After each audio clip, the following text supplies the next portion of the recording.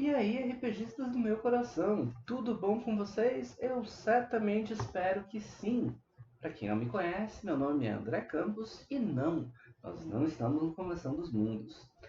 O pessoal do World of Darkness Latinoamérica me convidou para vir aqui conversar com vocês um pouquinho sobre teoria narrativa e sobre como a gente pode usar isso para enriquecer o nosso jogo. E aí, para abrir essa brincadeira, eu resolvi vir aqui e falar com vocês um pouquinho sobre o que é a minha parte preferida de qualquer história e de teoria narrativa, os vilões. É importante a gente entender a base a partir de qual um vilão funciona. E aí vale lembrar que todo vilão é um NPC. Por que eu digo isso? O NPC, no mundo de jogo, ele tem uma função que na teoria narrativa a gente chama de deuteragonista ou tritagonista. O que isso quer dizer? Que ele é um daqueles personagens que fica no fundo da história para complementar a história, para abrilhantar a história dos protagonistas. E o vilão também.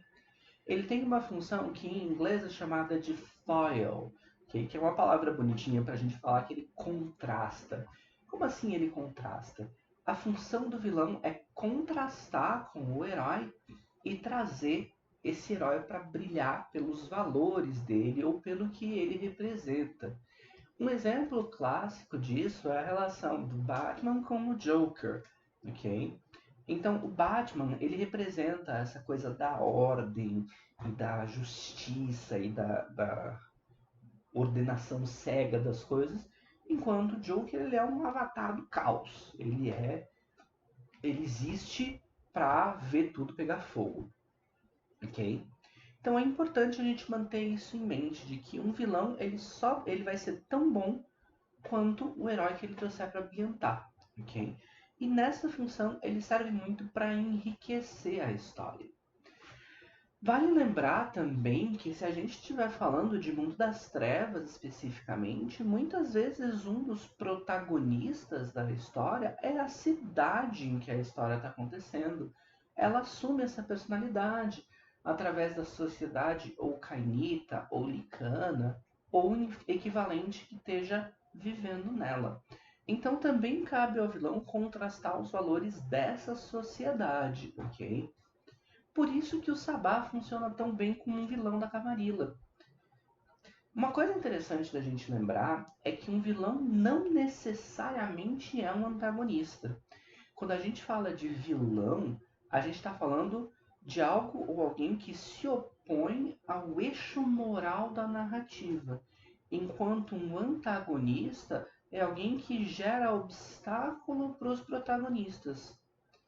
Então, um vilão, ele pode inclusive auxiliar os protagonistas se for conveniente a ele. Aliás, é tão mais interessante quando isso acontece, porque você consegue criar essa dinâmica, essa relação entre os personagens, protagonistas e o vilão.